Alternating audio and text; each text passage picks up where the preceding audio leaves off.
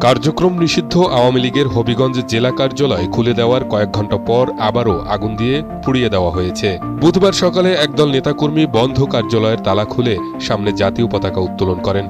কয়েক ঘণ্টা পর কে বা কারা ভবনটিতে আগুন দেয়। এর আগে ২০২৪ সালের ৫ আগস্ট কার্যালয়টিতে অগ্নিসংযোগের ঘটনা ঘটে।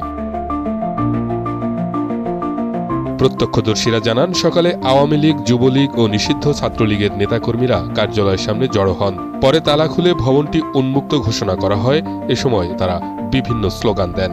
কার্যালয় খোলার একটি ভিডিও সামাজিক যোগাযোগ মাধ্যমে ছড়িয়ে পড়েছে।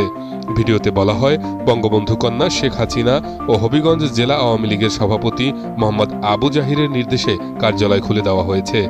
এরপর উপস্থিত নেতাকর্মীরা জয় বাংলা, জয় বঙ্গবন্ধু, শেখ হাসিনা আসবে, বাংলাদেশ হাসবে সহ বিভিন্ন স্লোগান দেন। দুপুরে সরেজমিনে গিয়ে দেখা যায় ভবনটির সামনে ও ভেতরে খড় জড়ো করে আগুন দেওয়া হয়েছে। স্থানীয়দের ভাষ্য, এর আগে ২০২৪ সালের ৫ আগস্ট কার্যালয়টিতে অগ্নিসংযোগ করা হয়। এরপর থেকে ভবনটি পরিত্যক্ত অবস্থায় ছিল।